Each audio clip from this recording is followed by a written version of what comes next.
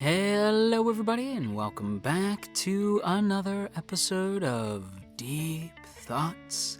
And today we are talking about Welcome to Demon School, Episode 4, The Misfit Class. But before we get into things, I do want to give a big thank you to those of you who shared last week's video over on Twitter, at Kisasan98, at the Linwick, and at Tenko Yai. Thanks so much for sharing last week's video over on Twitter, you three, and if you would like to have your name shouted out in next week's Welcome to Demon School video, then be sure to share this video around on the internet, and then tag me at JoJo Talks Too Much over on Twitter, and I will be sure to shout your name out in next week's video. Okay, so welcome to Demon School. I'm so glad that you all encouraged me to check this show out, because it really was not on my radar. I thought the art style was gonna not be for me, because I've seen other shows with a similar art style that just didn't appeal to me. The art style just really didn't gel well with me, even though it did sort of remind me of like some early 2000s and like late 90s kind of shows.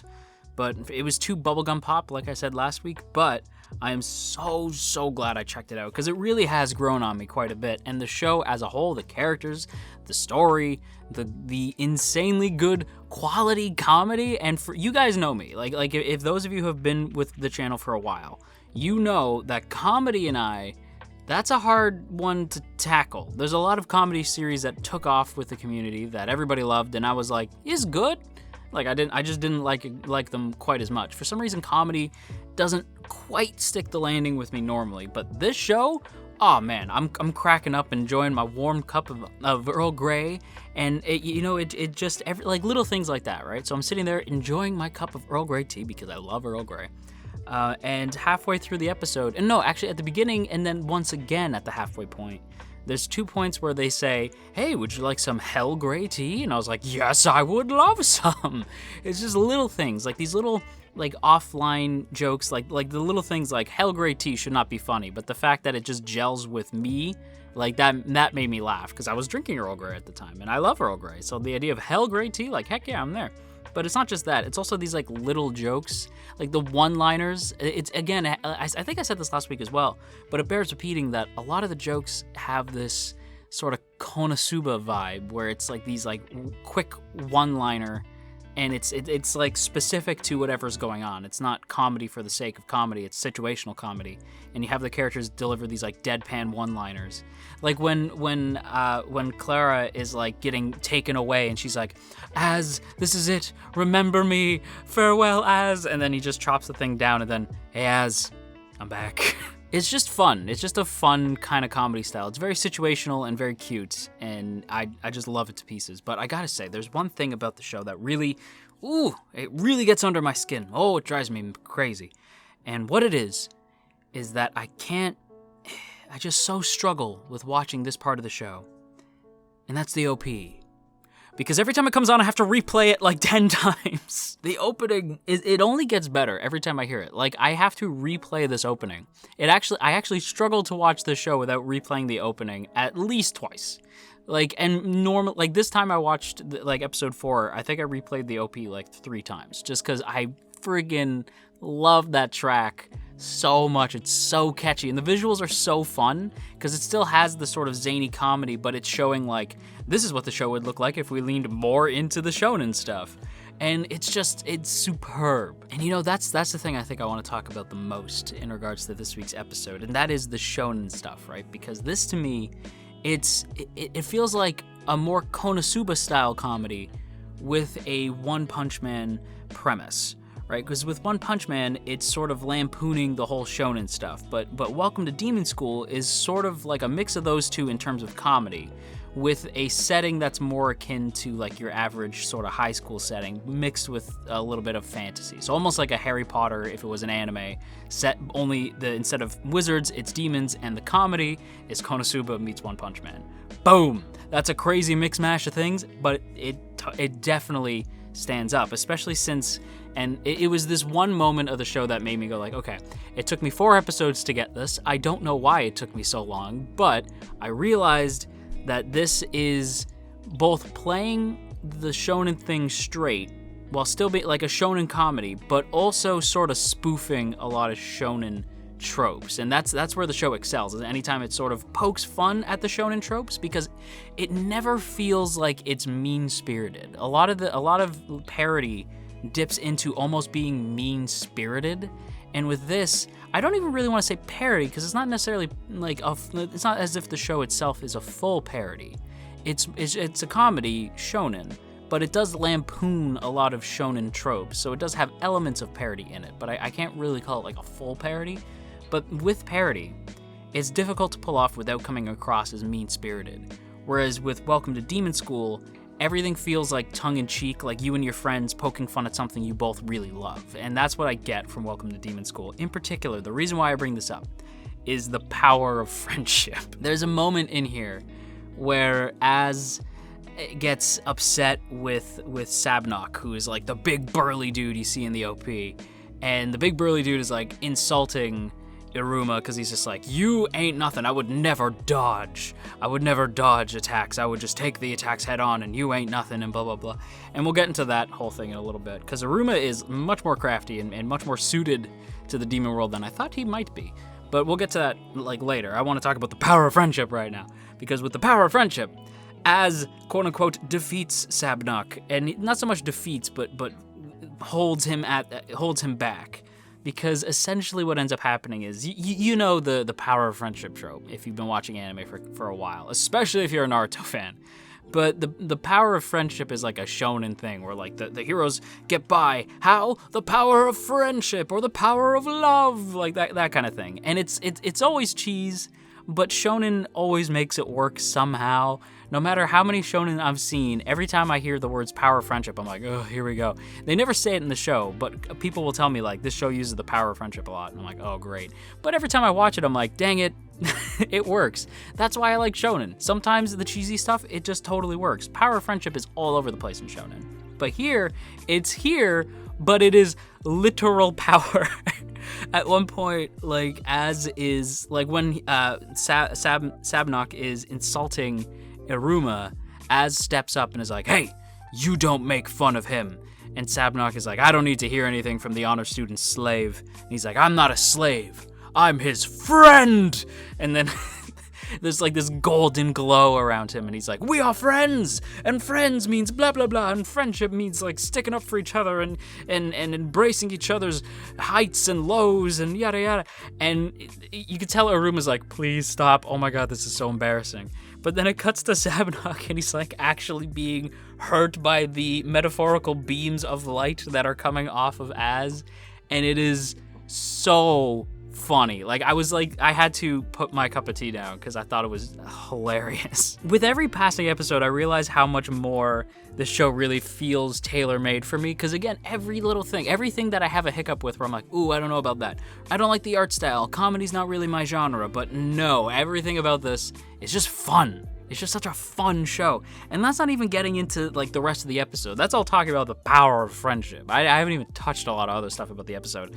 Example, Iruma, my boy, my dorky boy.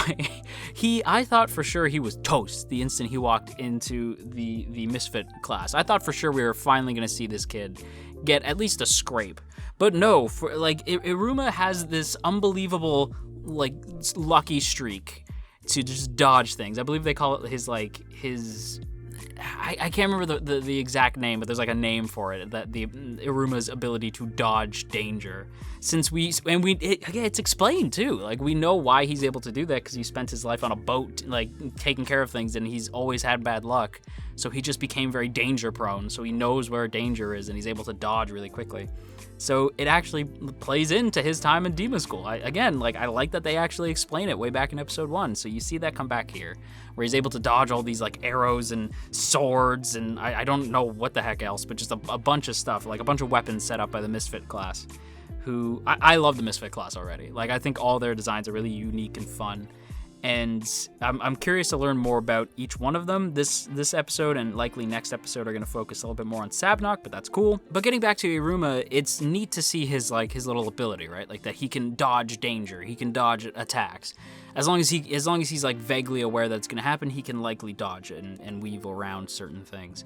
And I thought that was going to be his saving grace. Like, even when he gets pushed off the hill by Caligo, I knew that he was going to be fine because I'm like, well, I mean, it's Iruma. He's the main character, obviously. But he's not even, I didn't even think for a second he was even going to get a scrape. Like, I knew, like, he was going to pull some shenanigans and get out of there. And he does. But what I really dug, and again, it's these moments where I can't call it a parody because it's playing certain things straight. And that's when Iruma stumbles across I'm assuming the child of the Cutthroat Valley Guardian. And it's this big chicken looking thing, this big bird thing, and its leg is scraped. And so Iruma, with clever, like genuinely clever thinking, knows that he can't talk to this thing and wants to help it since he sees that it's injured because he's a good boy and he wants to help. And so what he does is he cuts his own hand to show, like, look, we have the same cut now. And then he bandages his hand up and he's like, look, I fixed my hand. I want to do that to your leg. Is that cool? And I was like, that is so clever. My boy is so clever. And then we get the big reveal where when he's fixing, or he doesn't even start to fix this thing's leg. He's standing over it and he goes to kind of start, like he goes to grab the thing's leg, but as he does, a trickle of blood from the scrape on his hand drips down into this thing's wound and heals it. So it's like, oh, humans have healing properties on demons. It's probably why they eat them, because they make them feel so great. So I'm like, oh, of course, like that's actually really smart. So of course his blood would have similar effects. So it's like, whoa, that's really clever. I really dig that. And again, I really like the whole like vaguely Harry Potter-esque feel to the demon school, where it's got like these crazy corridors and it's much bigger than you think, and it has like all these crazy students and crazy classes and yada yada, and like the whole flight test thing with them flying through. I can't remember what the other one's called, but I remember Cutthroat Valley because I'm like, that is specifically not a fun time. I would probably avoid Cutthroat Valley if I was taking that test. Actually, I wouldn't be able to take the test. I'd be dead because I don't have friggin' wings, unless I do. But it's just, the whole episode just screams fun, and Sabnok is a character who I can easily see myself coming around to really dig, because already I'm kind of like, I like that he's like this brash and cocky dude. Like, he feels like he should be the protagonist of your average shonen show, right? Where it's like, no, I am gonna be Demon King. Like, he's like their Naruto, where he's like, I'm gonna be the Demon King, and I'm gonna go not save the day, but rule the land with my strength and my power and yada yada yada. And he's just super full of himself. And this dude is huge, by the way. High schooler my butt, because this man is a beast. And even he is no match for the guardian of the Cutthroat Valley. But it's nice to see him so driven, right? Because like he comes off as a really comedic character. So I thought the big comedic twist would be that he was like Gaston or something, where like he's full of bluster and bravado, but in an actual situation he's like too much of a chicken. And like maybe like the swords in him when we meet him, where he's like, I would never dodge, I would just take the swords as they came. I thought maybe that they would explain that away as like he just didn't know that they were coming and was playing it off like it didn't hurt. But no, he really is just a big brute. Like, he really is like a tough dude.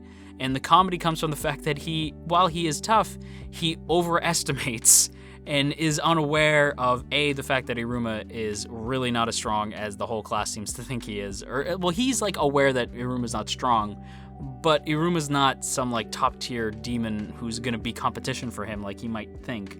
It's like, so again, he has the same sort of comedy from that most of the other students have, where they all think Iruma's just like super great. But with Sabnok in particular, it's the fact that he keeps jumping into situations that are a little over his pay grade.